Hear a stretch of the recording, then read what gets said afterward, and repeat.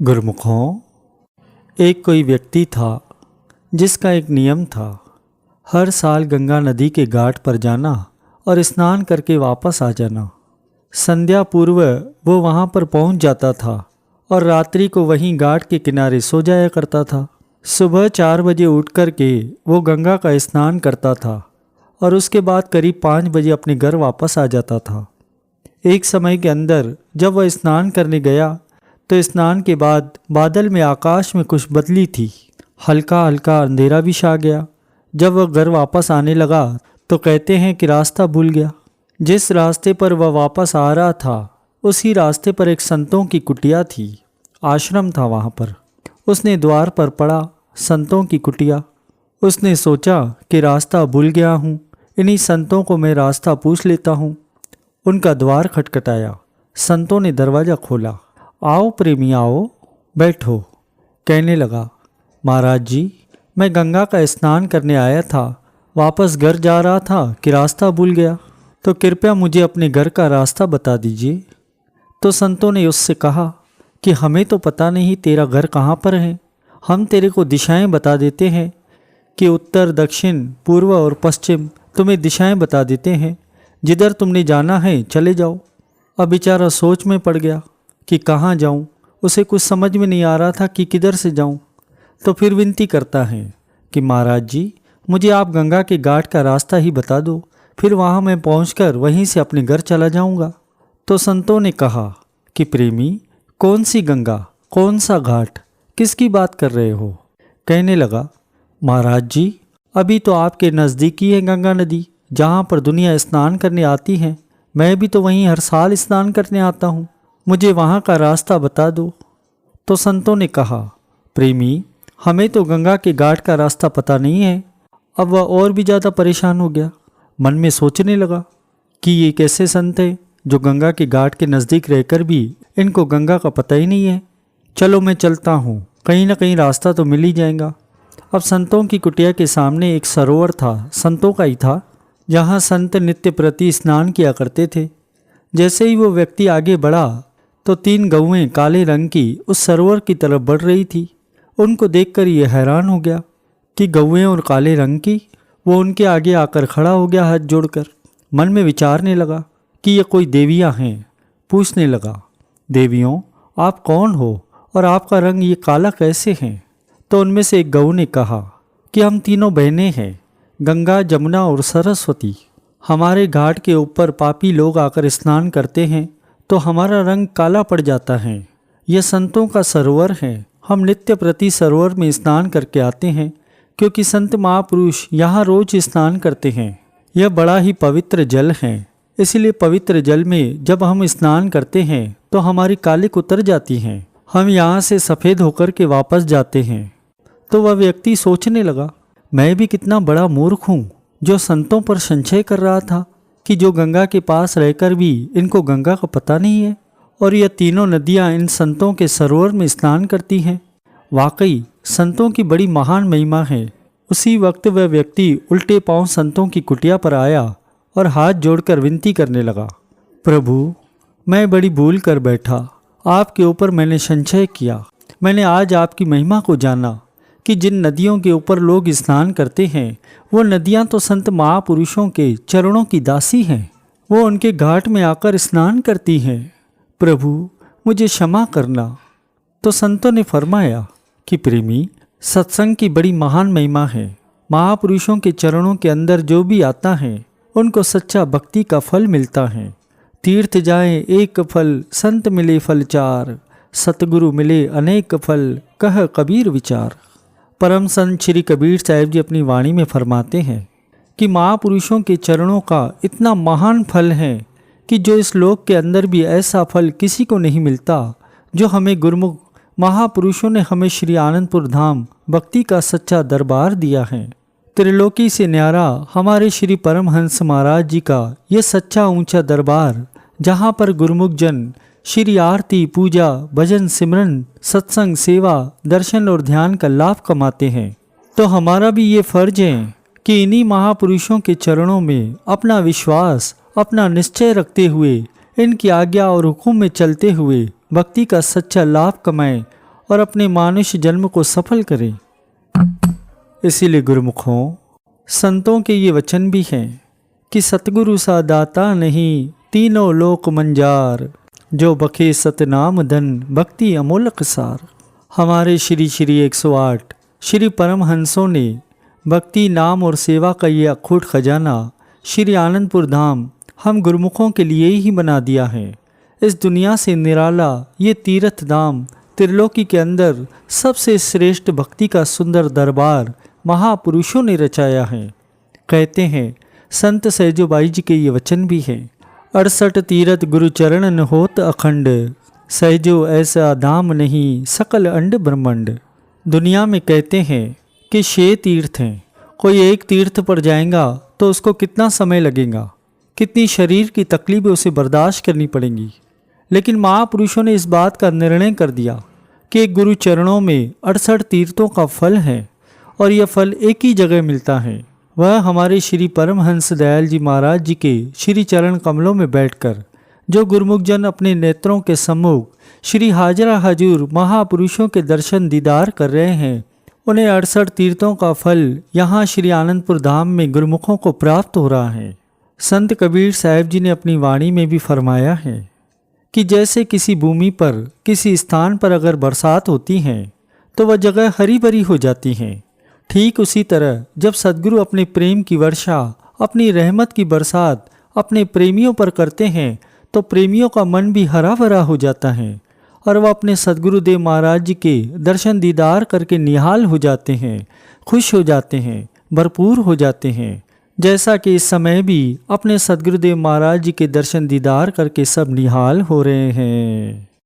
प्रेमियों, जैसा कि हमने हमेशा सत्संग में ये सुना भी होगा कि संत महापुरुषों का इस धराधाम पर आना अपने प्रेमियों के कल्याण के लिए ही होता है। अपने प्रेमियों का प्रेम पूरा करने के लिए ही संत महापुरुष इस धराधाम पर अवतार धारण करते हैं। ऐसे ही एक बार की बात है, हमारे दरबार के आदरणीय महात्मा जी, महात्मा दर्शन अलखनंद जी एक बार ट्रेन से श्री प्रयागधाम जा रहे थे। कुछ सेवादार भी साथ में थे। तो रास्ते में श्री गुरु महाराज जी की महिमा का गुणगान कर रहे थे।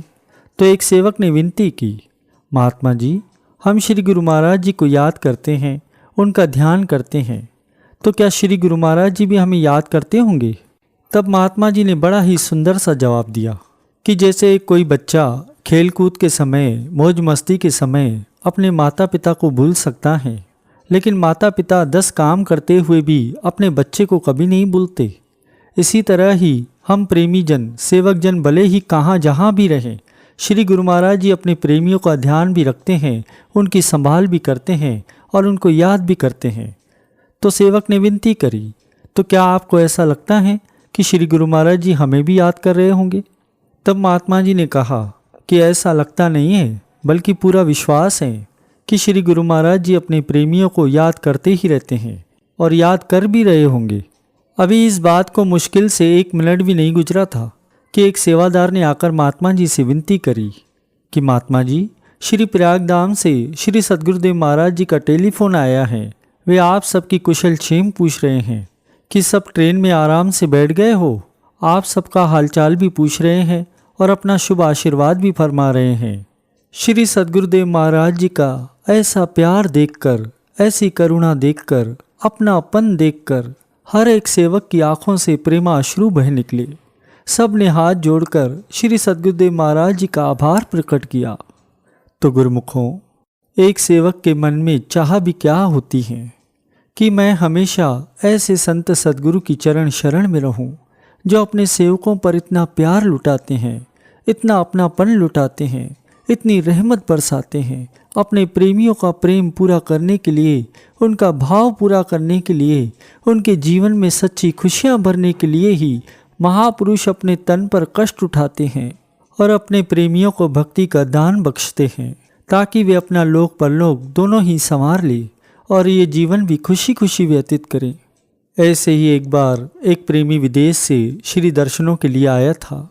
तो श्री चरणों में मत्था टेका, श्री गुरु महाराज जी के दर्शन किए और अपने भाव अनुसार, सामर्थ्य अनुसार जो कुछ भी बेटा पूजा साथ में लाया था वह श्री गुरु महाराज जी के चरणों में अर्पण कर दी और वह अपने साथ एक स्वेटर लेकर आया था। उसने श्री गुरु महाराज जी के चरणों में विनय की, स्वामी जी, यह स्वेटर मैं खास आपके लिए लेकर आया हूँ। श्री गुरु महाराज जी ने वह स्वेटर अपने पास रख दिया और उस प्रेमी को आशीर्वाद दिया। 20 से 25 दिन श्री दरबार में वह प्रेमी भक्त रहा। श्री गुरु महाराज जी के दर्शनों का आनंद भी लेता रहा और सेवा का भी लाभ उठाता रहा। जब उसने वापस अपने घर जाना था तो श्री गुरु महाराज जी के चरणों में आज्ञा लेने के लिए पहुंचा। उसने विनती की, स्वामी जी, मैंने अब वापस जाना है, आप आज्ञा दीजिए, आशीर्वाद दीजिए। तब श्री गुरु महाराज जी ने आशीर्वाद देते हुए फरमाया कि प्रेमी, और कुछ चाहिए? तो उसने हाथ जोड़कर विनती की, स्वामी जी, आपकी कृपा और आपका आशीर्वाद चाहिए। श्री गुरु महाराज जी ने फरमाया कि हमारी कृपा और आशीर्वाद तो हर प्रेमी के साथ है, फिर भी किसी चीज़ की जरूरत हो तो बताओ। तब 1 मिनट उस भगत ने सोचा, फिर विनती करी, स्वामी जी, मेरे मन में एक बात है, अगर आप उसे पूरा कर दें तो मुझे बड़ी खुशी होगी। श्री गुरु महाराज जी ने पूछा कि क्या बात है?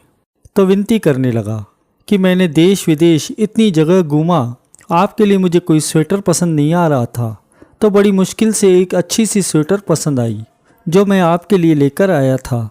मेरी बस यही विनती है कि आप उस स्वेटर को अगर एक बार पहन लेंगे तो मुझे बहुत ही खुशी होगी।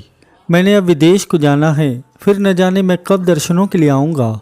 तो श्री गुरु महाराज जी ने एक सेवादार को फरमाया कि जो स्वेटर ये भगत जी लेकर आए थे वह लेकर आओ। वो भगत गया, स्वेटर देखी पर उसे नहीं मिली। 2 मिनट 4 मिनट हुए, दूसरे सेवादार को भेजा गया, उसे भी स्वेटर नहीं मिली। तीसरा सेवादार गया, चौथा सेवादार गया, सब भागे भागे गए, ढूंढते रहे पर किसी को वह स्वेटर नहीं दिखाई दी। अब सब डरे थे, घबरा रहे थे कि अगर स्वेटर नहीं मिलती तो श्री गुरु महाराज जी नाराज होंगे। मन ही मन विनती करने लगे कि स्वामी जी, हमें तो स्वेटर मिल नहीं रही, अब आप ही कुछ कृपा कीजिए। तो अपने भक्तों की लाज रखने वाले भगवान, अपने प्रेमियों का प्रेम पूरा करने वाले भगवान श्री सद्गुरुदेव महाराज जी ने ऐसी लीला रची कि सबने ये देखा कि वह स्वेटर जिसको सब ढूंढ रहे थे वह तो श्री गुरु महाराज जी ने पहले से ही अपने वस्त्रों के नीचे पहन के रखी थी। वह भक्त दूर खड़ा हुआ देख रहा था। उसको श्री गुरु महाराज जी ने इशारे से वो स्वेटर दिखाया कि देखो भगत जी, आप जो स्वेटर लेकर आए थे ना, उसको हमने आज सुबह से ही पहना हुआ है। श्री गुरु महाराज जी की ऐसी कृपा देखकर, ऐसा प्यार देखकर वह सेवक तो नतमस्तक हो गया। तो प्रेमियों, हम अपने दिल में इस बात का विचार करके देखें कि यहाँ तो बात एक स्वेटर या किसी वस्तु की नहीं है। श्री गुरु महाराज जी की अपने प्रेमियों का प्रेम बढ़ाने के लिए, उन्हें अपने साथ जोड़ने के लिए ऐसी लीलाएं रचते हैं कि प्रेमी जन श्री गुरु महाराज जी के चरण कमलों के साथ जुड़े रहते हैं और श्री गुरु महाराज जी भी अपने प्रेमियों के प्रेम में बन जाते हैं। आज अगर संसार में हमारा किसी से प्यार होता है तो हम उसकी हर बात को मानते हैं। तो हम अपने दिल में ये विचार करें कि क्या हमारा श्री गुरु महाराज जी के साथ प्यार नहीं है? अगर हैं तो क्या हम उनकी बात मानते हैं? उनकी आज्ञा और मौज के अनुसार क्या हम भक्ति के नियमों की नियमित रूप से परिपालना कर रहे हैं? श्री परमहंस दयाल जी महाराज जी की यह पवित्र मौज है हम सभी गुरुमुखों के लिए कि सभी गुरुमुखों ने 2 घंटे भजन अभ्यास अवश्य करना ही करना है। लेकिन ये हमारे श्री गुरु महाराज जी का, हाजरा हजूर श्री सद्गुरुदेव महाराज जी का हम प्रेमियों के साथ प्यार है। वे जानते हैं कि हम गुरुमुख दिन में 2 घंटे लगातार न बैठने का हमें समय है, न हम में सामर्थ्य है, फिर भी कृपा करके अपना प्रेम दर्शाते हुए श्री गुरु महाराज जी ने ये फरमाया कि 2 घंटे नहीं बैठ सकते तो 1-1 घंटा करके बैठो, आधा घंटा करके बैठो, जिससे गुरुमुखों को भी असुविधा न हो और श्री परमहंस महाराज जी की मौज भी पूरी हो जाए। तो प्रेमियों, हम सब गुरुमुख जन बहुत ही भाग्यशाली हैं कि हमें ऐसे ऊंचे और सच्चे संत सद्गुरु की चरण शरण मिली है। तो हमारा यही कर्तव्य बनता है कि हम अपने सद्गुरु की आज्ञा और उनकी मौज पर चलते हुए भक्ति के सरल नियमों की पूरी श्रद्धा से, पूरे विश्वास के साथ परिपालना करें, जिससे हमारा लोक परलोक भी संवर जाए और श्री गुरु महाराज जी की प्रसन्नता और उनका शुभ आशीर्वाद हम प्रेमियों को हर समय मिलता रहे।